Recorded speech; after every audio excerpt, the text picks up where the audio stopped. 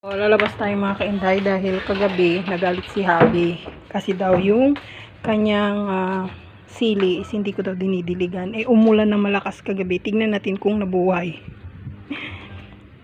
So ito yung sili ni Habi. Ayan, mahal naman niya yung sili niya na yan dahil ilang buwan niya na yung inaalagaan. So marami naman na siyang bunga. Ayan o, diba?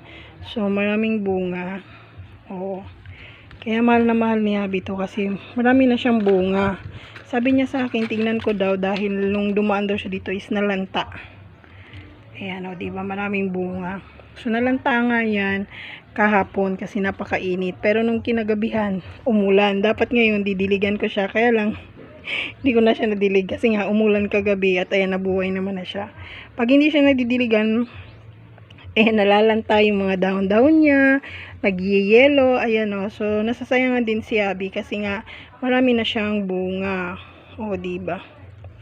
So, bibihira kasi dito sa amin mga kasari merong nabubuhay ng mga ganito kasi nga yung lupa dito hindi katulad ng ibang mga lupa na madaling natutubuan or madaling nabubuhay yung mga mga halaman. So, dito is hindi. So, ayan, nagalit siya sa akin kagabi. Sabi niya busan ko daw ngayong umaga, so kaya chinik ko ngayon. Pero okay naman siya dahil umulan. O diba? So tirik na naman yung sikat ng araw. So kagabi umulan na malakas. Ayan, nagbaha sa harapan ng tindahan ko. So okay naman yung ating sili. So mamaya pag na-check ito ni Abby, ayan, maraming bunga o diba? So ayan.